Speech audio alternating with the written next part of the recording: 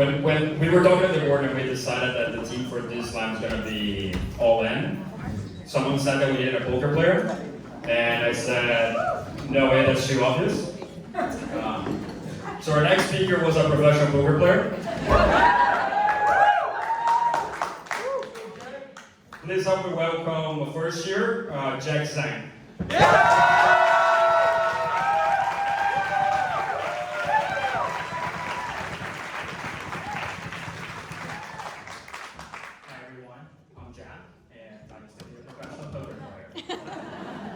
Friday, April 15th, 2011, I logged onto my computer and was greeted by the FBI.gov logo. My first thought was, oh, this is a really lame and obvious April Fool's joke. My second thought was, well, actually April Fool's was 2 weeks ago, so this might be real. My roommate stormed in a couple minutes later. Yo, Jack, you awake? Yeah. Hey, is this real? What's going to happen to our money? Because the thing with being a professional poker player is you have a significant amount of money tied up online on these poker sites. And when those accounts get frozen, you start feeling the crunch. Many people had actually dropped out of school to play professional poker. Some of these people had families. And all of a sudden, you have their future, their livelihoods, all in flux. And what do you do then? The poker community was in pandemonium. People felt confusion, betrayal, all sorts of complex emotions, and just a lot of rage. And in the swirl of chaos, amidst all of this, what did I feel? I felt relief. I was finally free. Because you see, when I was playing poker, it's not what people picture. You don't just go on ESPN and win a big tournament and people bow down to you and everything is great. Here was my life. I wake up, I throw some water on my face, I brush my teeth, I'm in my PJs, I sit down by my computer, I boot up 40 tables, and I boot up Netflix, and my day begins.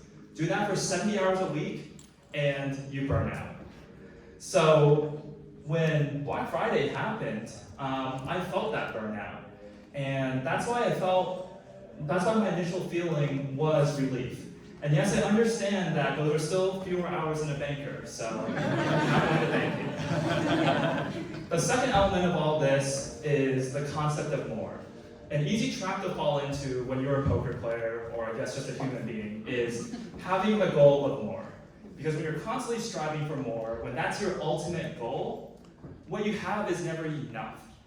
And when Black Friday happened, it stopped me abruptly and it forced me to reflect. I thought what I had was enough. And the reason I thought this is because of my upbringing and where I come from, and then how my poker career evolved. I am the child of immigrant parents. Money was always tight when I was growing up. I would often skip lunch because I would feel guilty asking my parents for lunch money. I never had more than $20 in my pocket for most of my life. So at 18 years old, when I made a $95 deposit onto a site called Full Tilt Poker, it felt like all the money in the world to me. I was shaking. How could anyone risk so much money on one endeavor, especially when it's gambling? And then at 19, I went on a blistering poker run that propelled me to the high-stakes poker world. And at 19, when you're just running over players, when you can't lose, I did the only natural thing a 19-year-old would do. I bragged to strangers on the internet. I humble bragged to my friends and bragged some more to strangers on the internet.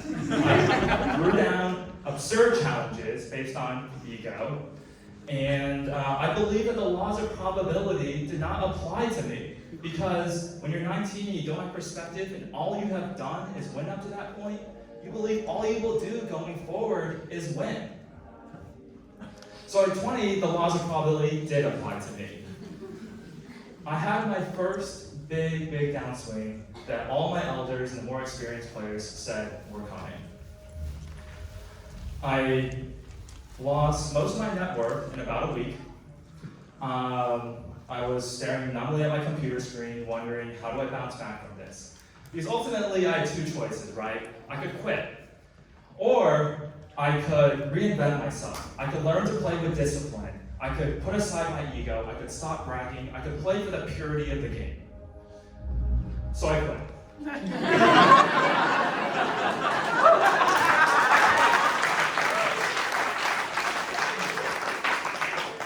And 3 months later, I came back. And then I quit again.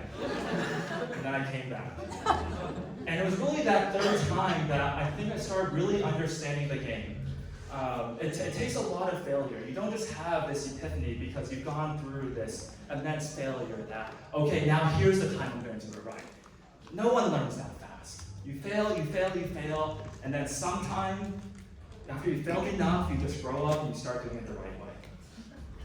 So at 21, I went to my first World Series of Poker because I was finally old enough to legally enter a casino.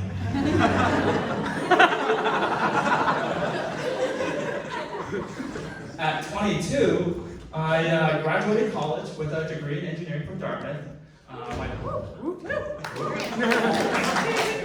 parents were quite proud. And then when I told them I was going to be a professional poker player, they were a little bit less proud.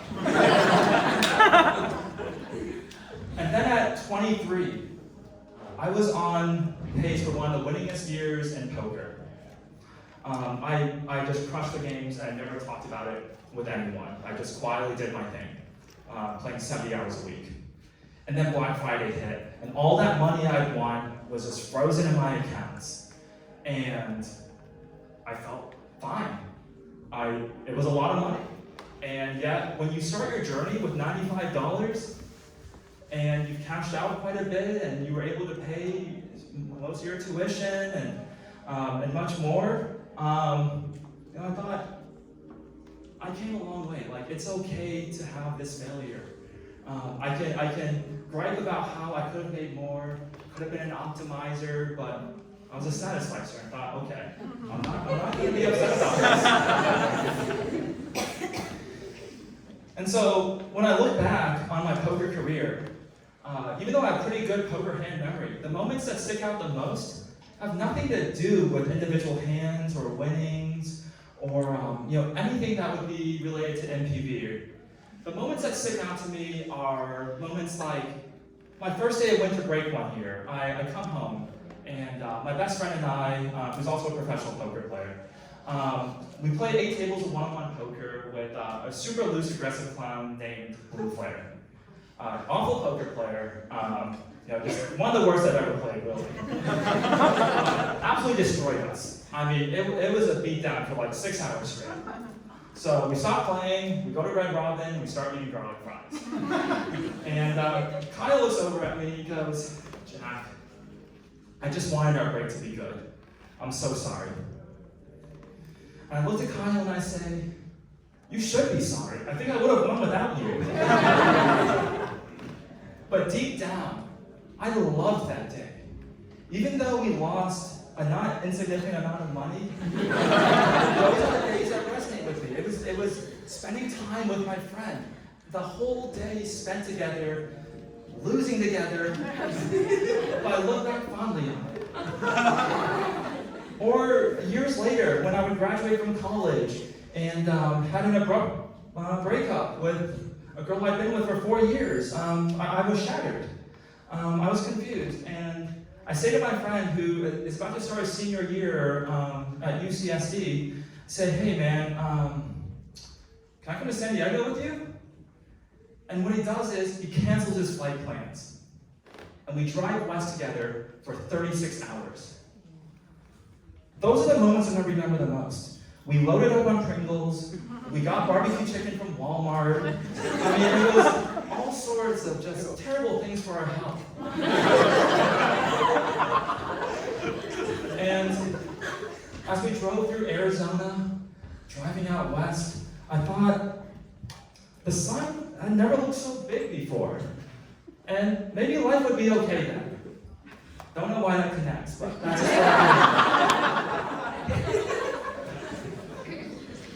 because at the end of the day, what poker is, if you break it down, is a series of individualized decisions where each micro decision you hope to make adds a little bit of expected value over time. To carry that over to life, it's really making the small choices poker is actually not a game of all ends. I learned that the hard way. Poker is a game of discipline. Just like life, you make small choices and you hope they compound over time, and sometimes you get smacked in the face by a day like Black Friday, and it completely alters the trajectory of your life. And that's okay, because you keep making those good choices, and eventually you will have good outcomes. It's just statistical fact. And so, now that I'm at Wharton, and I reflect back on the past 12, 13 years, I'm a bit older than some people here, I think sometimes life pushes you down a path you would have never, ever, ever chosen for yourself. A path you consider dramatically unlucky, like how did this happen to me? And then somehow you get to the end, and it might have been the best path you could have ever taken. Thank you.